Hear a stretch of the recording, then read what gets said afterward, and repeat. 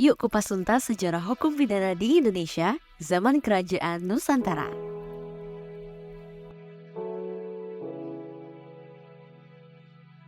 Hukum pidana di Indonesia telah berkembang jauh sebelum era kolonial Belanda.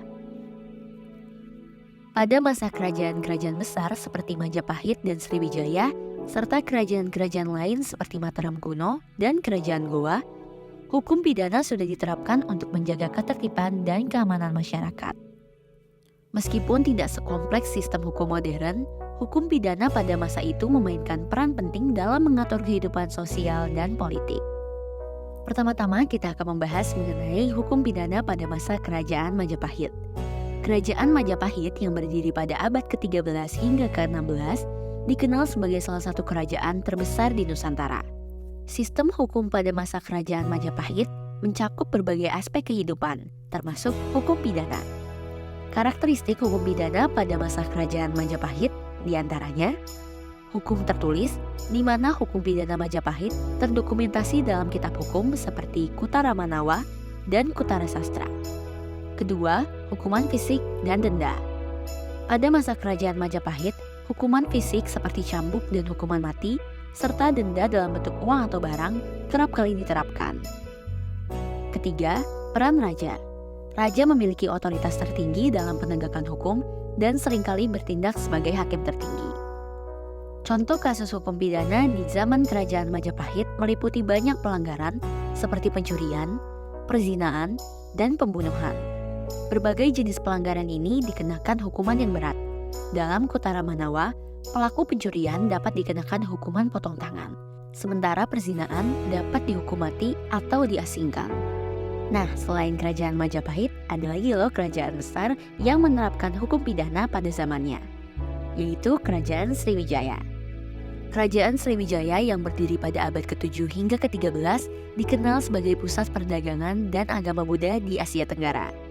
Hukum pidana di Kerajaan Sriwijaya ini dipengaruhi oleh adat lokal dan ajaran agama Buddha. Beberapa karakteristik hukum pidana di Kerajaan Sriwijaya diantaranya: pertama, terdapatnya hukum adat.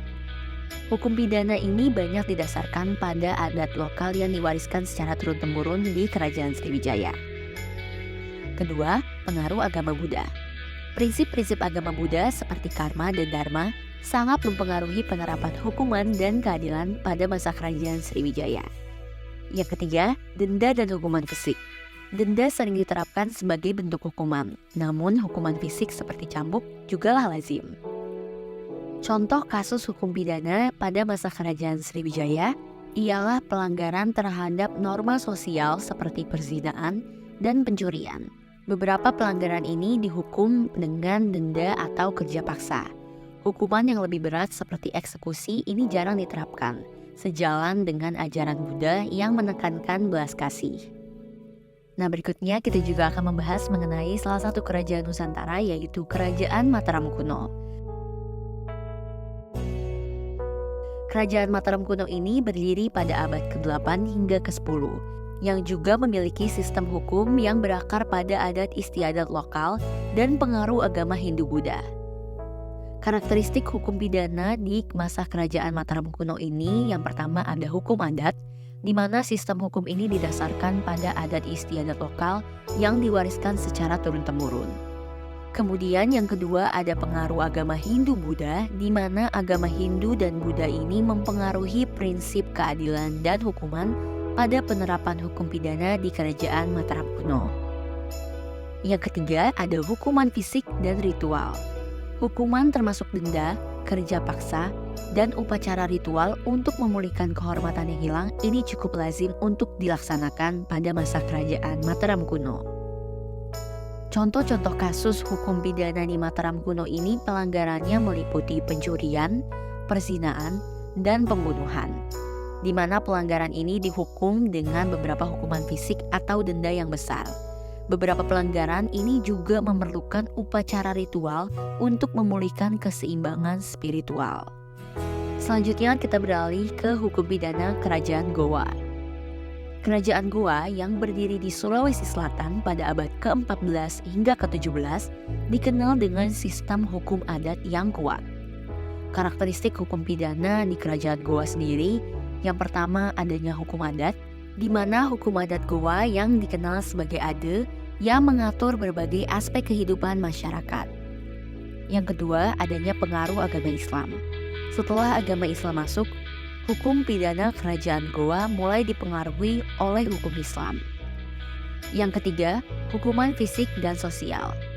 Hukuman mencakup denda, hukuman fisik, dan sanksi sosial seperti penguncilan ini lazim dilakukan di Kerajaan Goa.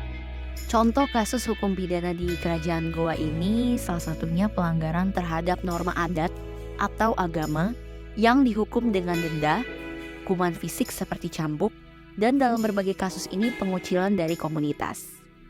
Kesimpulannya adalah hukuman pidana pada zaman Kerajaan Nusantara seperti Kerajaan Majapahit, Kerajaan Sriwijaya, Kerajaan Mataram Kuno, dan Kerajaan Goa memainkan peran penting dalam menjaga ketertiban dan keamanan masyarakat.